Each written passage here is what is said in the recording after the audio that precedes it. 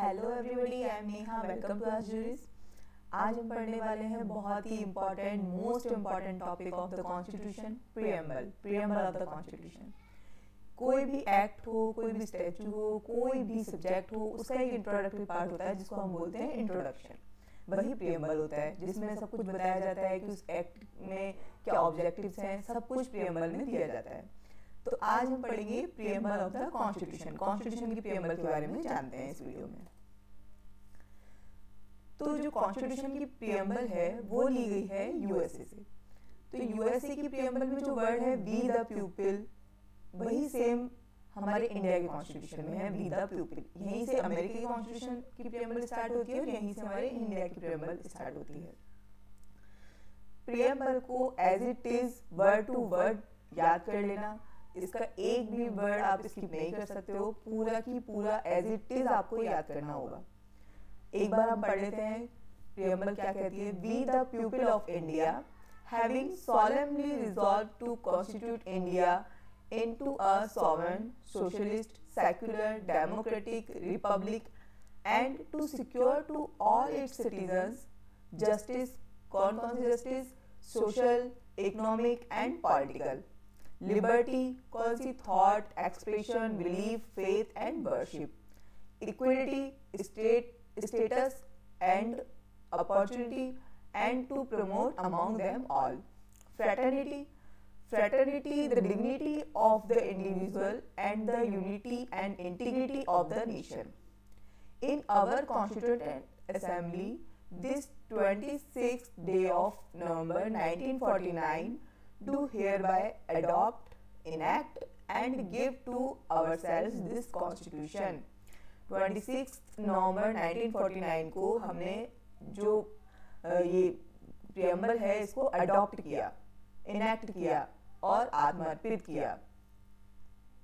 ये प्रीएम्बल है जिसको आपको वर्ड टू वर्ड याद करना है, एक भी वर्ड स्किप नहीं होना चाहिए। इसमें पूरी एज इट इज याद करनी है, बहुत इंपॉर्टेंट है।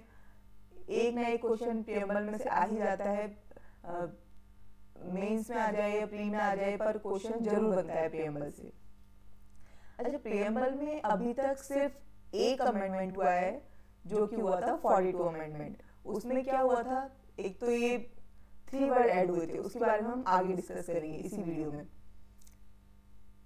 जैसा कि मैंने आपको बताया कि प्रीएम्बल को हम इंट्रोडक्शन भी बोल सकते हैं और प्रीफेस भी बोल सकते हैं। तो preamble refers to the introduction और preface to the constitution. It contains the summary और essence of the constitution. किसी भी एक्ट का जो भी इंट्रोडक्टरी पार्ट होता है उसमें उसका पूरा बता दिया जाता है कि इसमें क्या ऑब्जेक्ट्स हैं, इसमें क्या बातें कही गई हैं, तो वो सब प्रीएम्बल होता है, वो सब इंट्रोडक्टरी पार्ट होता है। तो जो कॉन्स्टिट्यूशन की प्रीएम्बल है उसमें भी पूरी समरी बता दी है कॉन्स्टिट्यूशन की। जो एन.ए. पालखीवाला हैं, जो कि eminent jurist and constitution expert हैं, उन्होंने प्रीएम्बल को क्या कहा, identity card of the constitution. N A. Palkhivala ने कॉन्स्टिट्यूशन को identity card of the constitution भी बोला है, इसकी कॉन्स्टिट्यूशन की प्रीएम्बल को। तो जो कॉन्स्टिट्यूशन की प्रीएम्बल है बहुत इंपॉर्टेंट है। The USA constitution was the first to begin with the preamble and India followed this practice. मैंने आपको बताया कि यूएसए का जो कॉन्स्टिट्यूशन है वो भी स्टार्ट होता है वी द पीपल से, और जो इंडिया का कॉन्स्टिट्यूशन की प्रीएम्बल है वो भी स्टार्ट होती है वी द पीपल से। इंडिया जो प्रीएम्बल है वो ली गई है यूएसए से। The preamble of the Indian constitution is based on the Indian constitution drafted and moved by Pandit Nehru on 30 December 1946 and adopted by the constitution assembly 22 जनवरी 1947। ये मैं आपसे फर्स्ट वीडियो में जो ओवरव्यू ऑफ कॉन्स्टिट्यूशन वाली जो मेरी वीडियो आई थी उसमें मैं कवर कर चुकी हूँ। अगर आपने वो वीडियो नहीं देखी है तो उस वीडियो को प्लीज पहले देखिए। Although not enforceable in court, the preamble states the objectives of the constitution and acts as an aid during the interpretation of articles when language is found ambiguous. जो preamble है यदि उसका violence होता है तो court में enforceable नहीं है, लेकिन यदि जो कॉन्स्टिट्यूशन है उससे किसी भी आर्टिकल में आपको कोई भी बात संदिग्ध लगती है, एम्बिगस लगती है, कोई भी भाषा आपको एम्बिगस लगती है, तो उसके इंटरप्रिटेशन के लिए प्रियम्बल यूज आ सकती है। बेसिकली प्रियम्बल क्या क्या ऑब्जेक्ट देती है? Sources of the constitution, nature of Indian state, statement of its objectives and date of its adoption. ये जो चार चीजें हैं ये हमें बेसिकली प्रियम्बल बताती है। तो कंपोनेंट्स ऑफ प्रियम्बल के बारे में जानें तो it is indicated by the preamble that the sources of authority of the constitution lies with the people of India. जो अथॉरिटी है, जो सोर्सेज ऑफ अथॉरिटी है, वो किसके हाथ में है? वो पीपल, इंडिया के पीपल के हाथ में है। पीपल ऑफ इंडिया के हाथ में सारी अथॉरिटी है। Preamble declares India to be a sovereign, socialist, secular and democratic republic.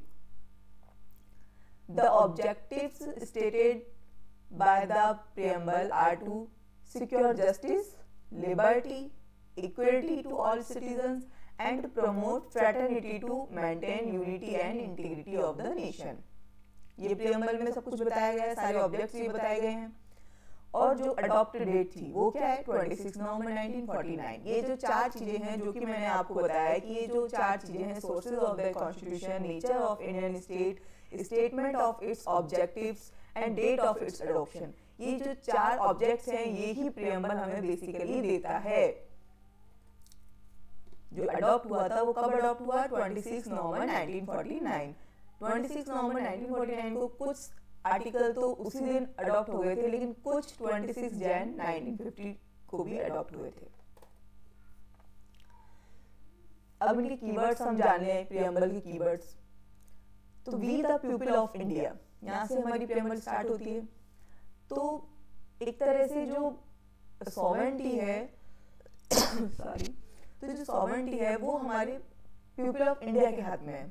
जैसा कि मैंने आपको बताया, सॉवरेंटी क्या होता है? Means independent authority of the state, जिसमें किसी भी अदर स्टेट या एक्सटर्नल पावर का कंट्रोल नहीं होता है। वो खुद की जो भी सीमाएं होती हैं, खुद की जो अथॉरिटी होती है वो खुद डिसाइड करता है, बिल्कुल इंडिपेंडेंट स्टेट होता है, उसको हम बोलते हैं सॉवरेन। सोशलिस्ट, सोशलिस्ट से क्या तात्पर्य है? सोशलिस्ट होता है एक तरह से अमीर और गरीब इनके बीच की दूरियों को कम करना। देखा जाए तो the term means the achievement of socialist and through democratic means it holds faith in a mixed economy where both private and public sector coexist side by side. आप लोग चाहे तो इसका स्क्रीनशॉट लेके अपने नोट्स प्रिपेयर कर सकते हैं, क्योंकि मैंने इसी हिसाब से आपके लिए प्रियम्बल बनाया है। बहुत अच्छे से मैंने आपके लिए जगह जगह से अच्छे अच्छे कंटेंट लेके मैंने आपके लिए प्रियम्बल तैयार किया है। तो अगर आप चाहें तो इसका स्क्रीनशॉट ले सकते हैं और अपने नोट्स प्रिपेयर कर सकते हैं। प्रियम्बल क्योंकि बहुत इंपॉर्टेंट टॉपिक है कॉन्स्टिट्यूशन में। कॉन्स्टिट्यूशन के जो अर्ली टॉपिक्स है, प्रियम्बल, फंडामेंटल राइट्स, DSPF, तो ये बहुत इंपॉर्टेंट टॉपिक है। और जो ये वर्ड है सोशलिस्ट, ये 42 अमेंडमेंट 1976 में ऐड हुआ था। एक ही अमेंडमेंट हुआ है प्रियम्बल में अभी तक, 42 अमेंडमेंट, जो कि 1976 में हुआ था। इसमें 3 शब्द जोड़े गए थे, उसमें से एक सोशलिस्ट है। नेक्स्ट है सेक्युलर। तो सेक्युलर मीन्स क्या है? सेक्युलर मीन्स है all the religion in India has equal respect, protection and support from the state। कोई भी रिलीजन स्पेशल रिलीजन नहीं है, सब इक्वल हैं, सबको सबकी रेस्पेक्ट इक्वल है, सबके लिए प्रोटेक्शन इक्वल है, सबके लिए स्टेट का जो सपोर्ट है वो इक्वल है। कोई भी धर्म राजधर्म नहीं है, सब धर्म हमारे यहाँ बराबर है। बस वही सेक्युलर है और ये भी 42 अमेंडमेंट में ऐड हुआ था। नेक्स्ट है डेमोक्रेटिक। डेमोक्रेटिक मीन्स क्या होता है? जो डेमोक्रेटिक टर्म है implies that the constitution of India has an established form of constitution which gets its authority from the will of the people expressed in an election। जैसा कि हमने पहले भी बताया कि जो ऑथोरिटी है, सोर्सेज ऑफ ऑथोरिटी है, वो हमारे इंडिया के पीपल में, इंडिया के नागरिकों में जो ऑथोरिटी है, बस वही है कि जो भी इलेक्शन होगा सब कुछ इंडिया के पीपल के हाथ में है, वही चूज करते हैं, इलेक्शन होते हैं। ऐसा नहीं है कि किंग बैठ गया या फिर उसका बेटा राज कर रहा है या फिर उसका भी बेटा राज कर रहा है, ये सब नहीं है। ये मैंने आपको लास्ट वीडियो में भी बताया है। रिपब्लिक भी यही है कि जो हेड ऑफ द स्टेट है वो इलेक्ट होगा by the people of India से, ठीक है। In India the president of India is the elected head of the state. जो प्रेसिडेंट ऑफ इंडिया है वो इलेक्ट होता है हेड ऑफ द स्टेट, और head of the state elect होते हैं बाय द पीपल, ठीक है। जो सारी अथॉरिटी है वो किसके हाथ में है? पीपल ऑफ इंडिया के हाथ में। बस यही प्रियम्बल में जो आगे का जो शब्द है, वी द पीपल, बस ये बहुत इंपॉर्टेंट है। इवन पूरी प्रियम्बल बहुत इंपॉर्टेंट है। आप एक भी वर्ड प्लीज स्किप मत करिए और एज इट इज इसको याद कर लीजिए। और मैं बार बार आपसे यही कह रही हूँ कि आप स्क्रीनशॉट लेके प्लीज नोट्स प्रिपेयर कर लेना। मैंने आपके लिए बहुत अच्छे कंटेंट इसमें डाले हैं। नेक्स्ट बात करें हम ऑब्जेक्टिव्स की, तो इंडियन कॉन्स्टिट्यूशन के ऑब्जेक्टिव्स क्या हैं? मेन ऑब्जेक्ट क्या है इसका? एक तरह से देखा जाए तो जो कॉन्स्टिट्यूशन है वो एक तरह से सुप्रीम लॉ है, उसके ऊपर कोई लॉ नहीं है, सब लॉ इसके अंडर में ही बनती हैं। और ये हेल्प करता है to maintain integrity in the society and to promote unity among the citizens to build a great nation. Great nation तभी बनेगा जब अनेकता में एकता, हमेशा सुना होगा आपने। तो ग्रेट नेशन तभी बनेगा जब integrity in the society maintain हो और जो यूनिटी है सिटीजन्स के बीच में वो प्रमोट हो, तब हम एक ग्रेट नेशन पा सकते हैं। तो बस यही ऑब्जेक्ट है कॉन्स्टिट्यूशन का, क्योंकि ये हेल्प करती है मेंटेन रखने में integrity of the society. The main objective of the Indian constitution is to promote harmony throughout the nation. The factors which help in achieving the objectives, कौन कौन से फैक्टर्स हैं जो हमें ये ऑब्जेक्ट्स अचीव करने में हेल्प करते हैं? Justice,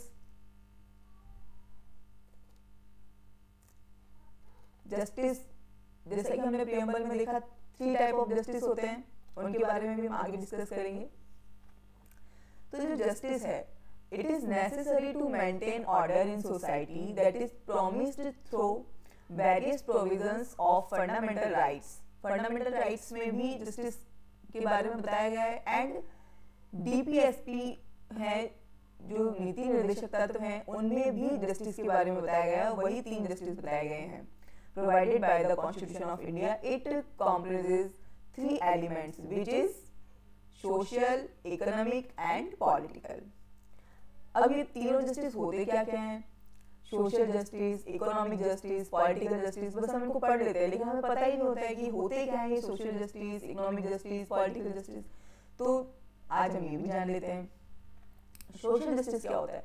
social justice means constitution wants to create a society without discrimination on any grounds like caste, creed, gender and religion. कोई भी भेदभाव नहीं चाहिए सोसाइटी के अंदर। वैसी सोसाइटी बनाएं जिसमें कोई जाति, वर्ण, रंग, धर्म कुछ नहीं हो, कोई भेदभाव नहीं हो, वो जस्टिस सबको मिले, सोशल जस्टिस वो होता है। नेक्स्ट है इकोनॉमिक जस्टिस। इकोनॉमिक जस्टिस क्या होता है? तो means no discrimination can be caused by people on the basis of their wealth, income and economic status. पैसों के हिसाब से किसी को नहीं तोलना चाहिए, सब इक्वल हैं। चाहे कोई कम कमा रहा है, चाहे कोई ज्यादा कमा रहा है, किसी के पास ज्यादा पैसा है, किसी के पास कम पैसा है, किसी के पास ये प्रॉपर्टी नहीं है, किसी के पास वो प्रॉपर्टी नहीं है, लेकिन सब बराबर है। वो होता है economic justice. Every person must be paid equally for an equal position. Same position के लिए सेम पेमेंट दी जाएगी।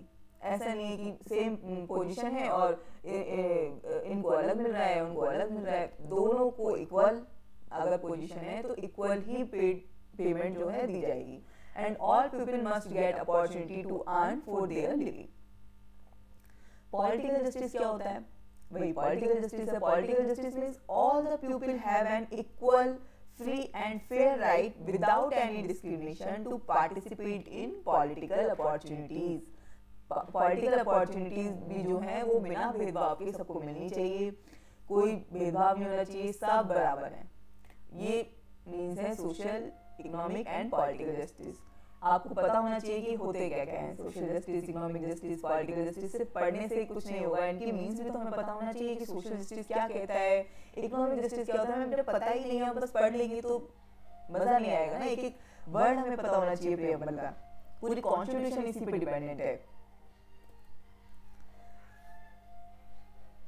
Equality, the term equality means no section of society has any special privilege and all the people have given equal opportunity for everything without any discrimination. Everyone is equal before the law. Article 14 आप देखोगे उसमें equality की बात कही गई है। तो everyone is equal before the law. कानून के सामने सब बराबर हैं, कोई बड़ा कोई छोटा, कोई भेदभाव नहीं है, सब इक्वल है।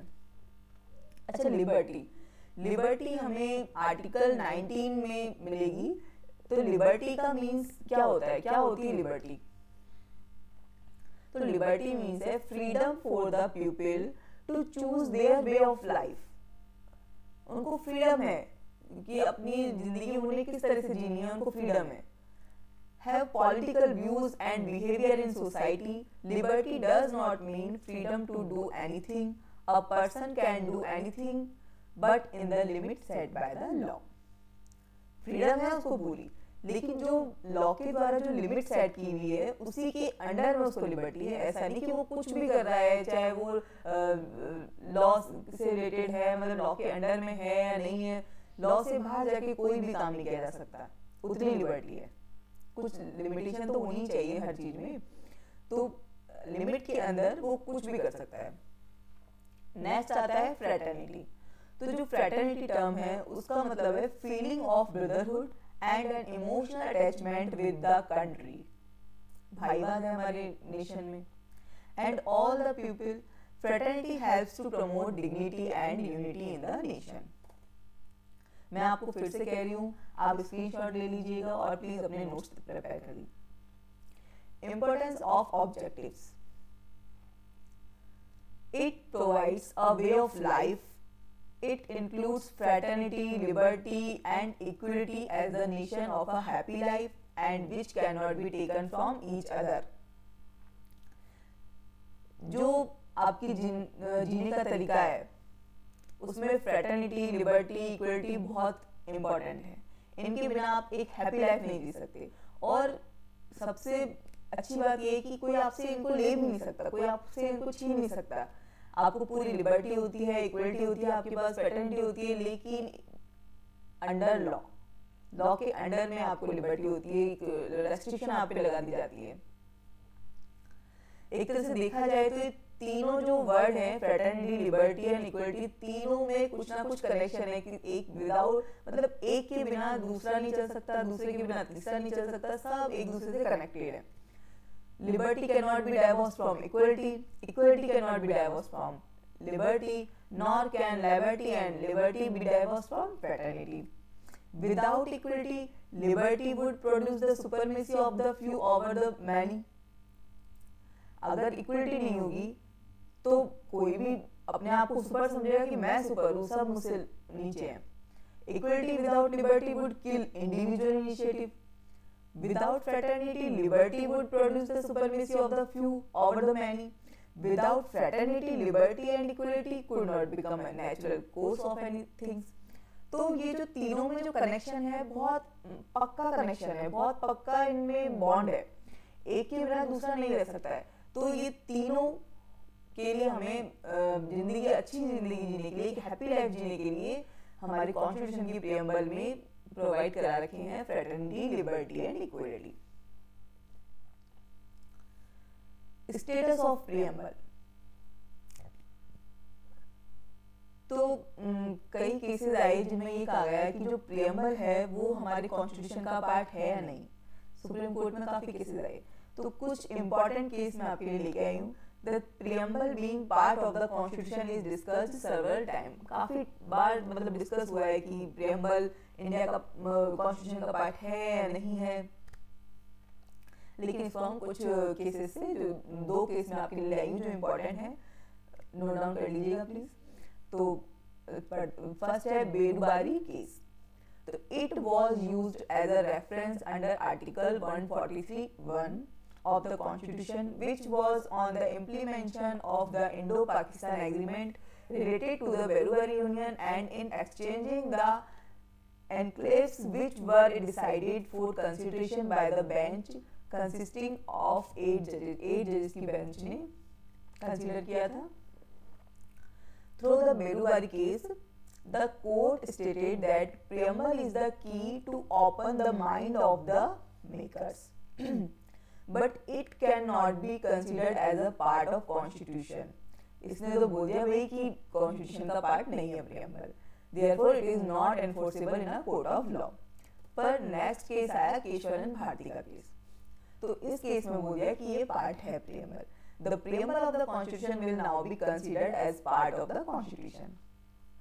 इसके बाद एक केस और आया था union government versus LIC of India. इस केस में भी सुप्रीम कोर्ट ने दोबारा मतलब प्रियम्बल को पार्ट बता दिया कॉन्स्टिट्यूशन का। In the 1995 case of Union Government versus LIC of India, the Supreme Court has once again held that preamble is the integral part of the Constitution, but is not directly enforceable in a court of justice in India। आप directly enforce नहीं करा सकते हो court के द्वारा, पर ये part है अपने कॉन्स्टिट्यूशन का। अमेंडमेंट की बात करें तो प्रियम्बल में जैसा कि मैंने आपको बताया सिर्फ अभी तक एक अमेंडमेंट हुआ है, जो कि है 42 अमेंडमेंट 1976। इसमें 3 वर्ड जो हैं आपके जोड़े गए थे।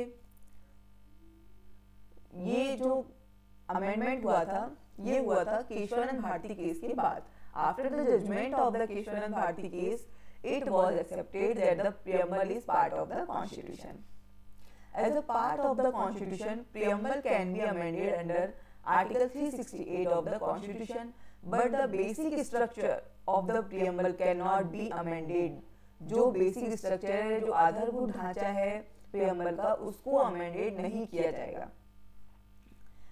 Now the preamble is only amended once through the 42nd Amendment Act 1976। जैसा कि मैंने आपको बताया कि फर्स्ट एक ही अमेंडमेंट हुआ था 42 अमेंडमेंट, इसमें 3 वर्ड जोड़े थे। तो 3 वर्ड कौन कौन से थे? Socialist, secular and integrity. ये तीनों वर्ड 42 अमेंडमेंट में जोड़े गए थे। इसके अलावा प्रियम्बल में अभी तक कोई भी अमेंडमेंट नहीं हुआ है, अभी तक सिर्फ एक ही अमेंडमेंट हुआ है। जो सोशलिस्ट और जो सेक्युलर वर्ड है वो सोवरेन एंड डेमोक्रेटिक वर्ड के बीच में ऐड हुए हैं, और जो unity of the nation was change to unity and integrity of the nation हो चुका है। फैक्ट्स जान लेते हैं। तो जो आर्टिकल 394 है कॉन्स्टिट्यूशन का, उसमें कहा गया है कि जो आर्टिकल 5, 6, 7, 8, 9, 60, 324, 367, 379 एंड 394, ये जो आर्टिकल्स हैं वो फोर्स में आए थे 26 नवंबर 1949 को, और जो बाकी के जो प्रोविजंस थे वो आए थे 26 जनवरी 1950 को। The concept of liberty, equality and fraternity in our preamble was adopted from the French motto of the French Revolution। जो फ्रेंच रिवॉल्यूशन थी उसका एक मोटो था, उसमें से ये 3 वर्ड लिए गए हैं, लिबर्टी, इक्वलिटी एंड फ्रेटर्निटी। ये अपना प्रियम्बल वाला पार्ट था जो मैंने आपके लिए बहुत अच्छे कंटेंट आपके लिए लेके आई हूँ। बार बार आपसे कह रही हूँ आप स्क्रीनशॉट ले लीजिएगा, आप नोट्स बनाइए इसके प्रियम्बल की, क्योंकि बहुत इंपॉर्टेंट टॉपिक है। कॉन्स्टिट्यूशन के आगे के सारे जो सीरीज हैं वो सब इंपॉर्टेंट हैं, और प्रियम्बल को आपको एज इट इज याद करना है। मैं उम्मीद करती हूँ आपको ये वीडियो पसंद आया होगा। मिलते हैं नेक्स्ट वीडियो में, इसी तरह की वीडियोस में आपके लिए लाती रहूंगी। तब तक के लिए बाय, थैंक यू।